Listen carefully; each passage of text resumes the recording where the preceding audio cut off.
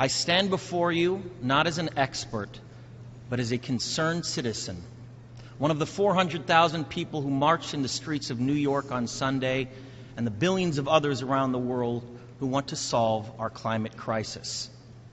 As an actor, I pretend for a living. I play fictitious characters, often solving fictitious problems.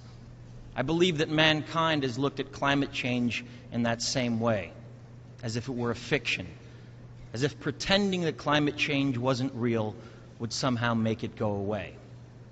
But I think we all know better than that now.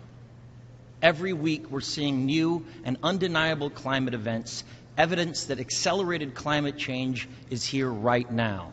Our oceans are acidifying, with methane plumes rising up from the ocean floor.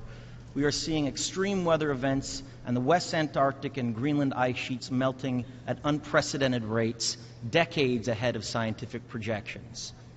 None of this is rhetoric, and none of it is hysteria. It is fact. The scientific community knows it, industry knows it, governments know it, even the United States military knows it. The chief of the U.S. Navy's Pacific Command, Admiral Samuel Locklear, recently said that climate change is our single greatest security threat. My friends, this body, perhaps more than any other gathering in human history, now faces this difficult but achievable task. You can make history, or you will be vilified by it. To be clear, this is not about just telling people to change their light bulbs or to buy a hybrid car. This disaster has grown beyond the choices that individuals make. This is now about our industries and our governments around the world taking decisive, large-scale action. Now must be our moment for action. We need to put a price tag on carbon emissions and eliminate government subsidies for oil, coal, and gas companies. We need to end the free ride that industrial polluters have been given in the name of a free market economy. They do not deserve our tax dollars. They deserve our scrutiny, for the economy itself will die if our ecosystems collapse. The good news is that renewable energy is not only achievable, but good economic policy.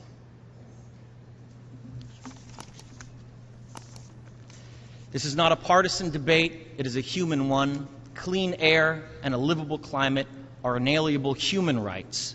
And solving this crisis is not a question of politics, it is a question of our own survival.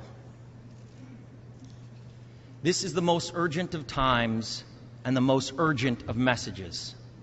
Honored delegates, leaders of the world, I pretend for a living, but you do not.